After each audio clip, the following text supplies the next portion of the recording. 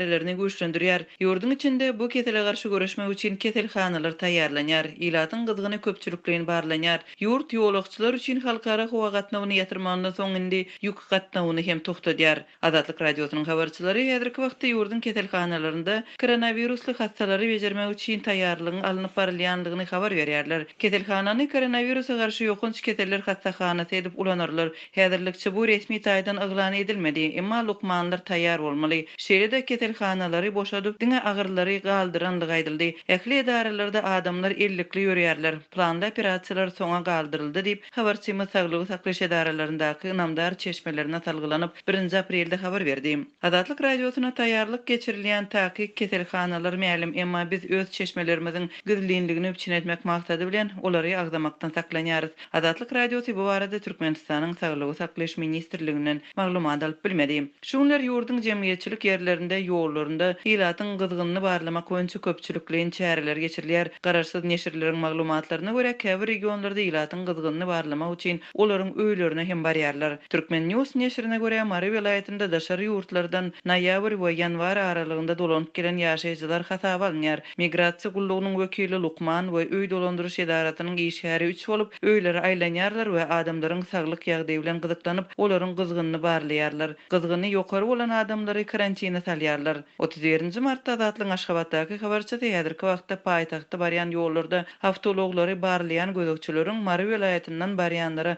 has uly üns berýänligini aýdypdy. Barlyk geçirilende hemmeden soralýar kimiň Marydan gelýänligi, kimiň şol ýerde ýazga duranlygy we soňky edek şol ýere haçan baranlygy diýip habarçymyz aýdýar. Emma barlykçylaryň Mary welaýatyna näme sebäpden has uly üns berýänligini anyklap bolmady. Türkmenistanda koronavirus sebäpli mektep kanikullarynyň möhleti uzaldyldy. Aprel aýyna bellänen medeni çäreler şol sanda 10-njy we 11-nji aprelde geçirilmeli Gollywood'un saatları atly konsert ýatyryldy. 1 aprelde Reuters agentligi Türkmenistanyň öz giňişliginden ýük gatnawyny wagtlaýyn tokdadýanlygyny habar berdi. Ýükleriň alınıp barylmagy şol sanda tranzit geçirilmegi tutuş apreliň dowamında çäklendirilýär we hiç kili ýeňillikleri göz öňünde tutmaýar diýip Reuters Türkmenistanyň Daşary işler ministrliginiň dokumentina salgylanyp habar berýär.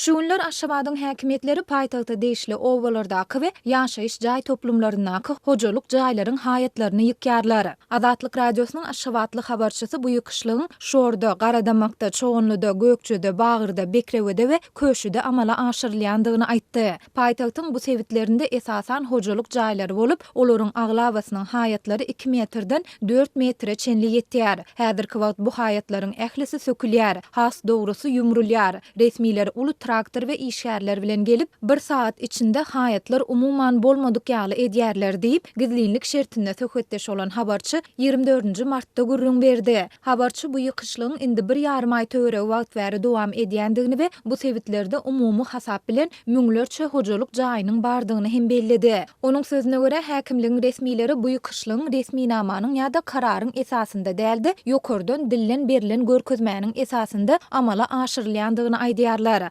Ýaşaýjylar özlerine haýatlary gurmak üçin şäher we etrap häkimlikleri tarapyndan ruhsatnamanyň berilendigini düşündirmäsi inançda olary hiç kim dinlemeýär diýip habarçy bellidi. Aýdylmagyna görä resmiler jaý eýelerine ýerden 50 sm beton ýokarsy demir reşotka gözenek bolup içi dolu görünýän şertde jemi beýikligi 1,5 metrden ýokary bolmadyk haýatlary gurmaga ruhsat beriljekdigini aýdýarlar. Ýöne olar munyň üçin şäher we etrap häkimliklerinden ruhsatnama almalydyklaryny duýdurýarlar. Häzir ýaşaýjylaryň köpüsi haýat gurmajakdyklaryny aýdýarlar. Sebäbi olar ýumrulan haýatlary hem ruhsatnama esasynda gurandyklaryny aýdyp, ýene bu ýagdaýyň gaýtalanmagyndan gorkýarlar. Olar öňkü haýatlary gurmak üçin 50 000 manat çemesi çykdyjy edendiklerini we täzesini gurmak üçin de azyndan 40 000 manatyň gerekdigini aýdýarlar diýip habarçy bellidi. Habarçy türkmen häkimetleri tarapyndan haýatlary ýykylan ýaşaýyş jaý eýelerine hiç ýyly kompensasiýanyň berilmändigini hem aýtdy. Azatlyk radiosynyň bu barada Aşgabat şäher häkimliginden hem de Türkmenistanyň guruluşyk we binagärlik ministrliginden kommentari almak synanşyklary häzirlikçe netije bermedi. Soňky 10 ýyla golay wagtyň dowamında has takygy prezident Gurbanguly Berdimuhammedow döwlet başyna gelenden soň Türkmenistanda ilatyň hususy ýaşaýyş jaýlaryna degişli çäklendirmeleriň we gadagynçylyklaryň ençemesi güýje girizildi. Bularyň aglabasy dilden berilen görkezme esasynda talap edildi. Soňky 7 ýyl çemesi wagtyň dowamında Aşgabatyň etegindäki Köşü, Hitrovka we Çoğunlu sebitleriniň ýaşaýjylaryndan öz hususy jaýlarynyň üçeklerini gyzyl ýa ýaşyl reňke boýamak talap edildi.